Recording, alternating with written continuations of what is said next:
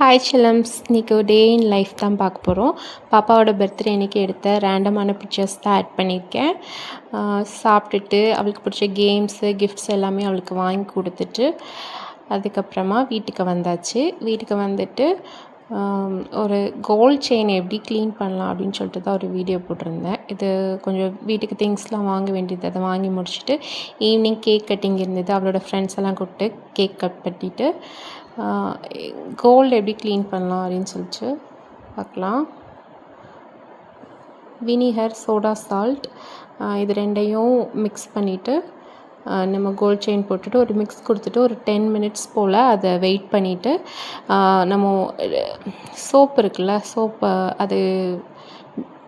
அதை கொடுத்து நம்ம க்ளீன் பண்ணாலே நல்லா க்ளீன் ஆயிடும். ஒரு ப்ரஷ் வச்சுட்டு க்ளீன் பண்ணாலே நல்லா பளிச்சுன்னு ஆயிடும்.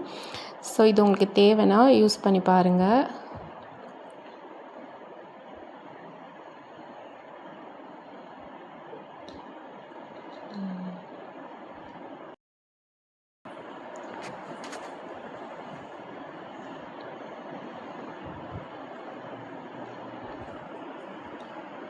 தென் ஒரு அன்பாக்சிங் வீடியோ தான் பார்க்க போகிறோம்.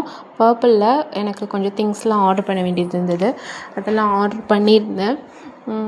நீங்கள் சொல்லுங்கள், நீங்கள் நைக்கா, பர்பிள் எந்த மாதிரி மேக்கப் திங்ஸ்லாம் எந்த இதில் ஆர்டர் பண்ணிப்பீங்கன்னு. நான் இப்போ ரொம்ப ட்ரெண்டிங்காக அது போச்சு. ரோஸ் கோல்ட் க்ரீம் இருக்குல்ல, அது ஒன்று ஆர்டர் பண்ணியிருந்தேன். அப்புறம் ஃபேஸஸ் கனடாலேருந்து காஜல், அப்புறம் ஒரு மஸ்காரா ஆர்டர் பண்ணியிருந்தேன். நெக்ஸ்ட் வந்து மீஷோவில் வந்து ஒரு விண்டோ கர்டன் ஒன்று ஆர்டர் பண்ணியிருந்தேன் 7 ஃபீட்டில். செம குவாலிட்டியாக இருந்தது. 348 சம்திங் தான் நினைக்கிறேன். ரொம்பவே குவாலிட்டி சூப்பராக இருந்துச்சு. வேணும்னா சொல்லுங்கள், நான் கமெண்ட்டில் லிங்க் ஷேர் பண்ணுறேன். இன்னொரு வீடியோவில் பார்க்கலாம். பை.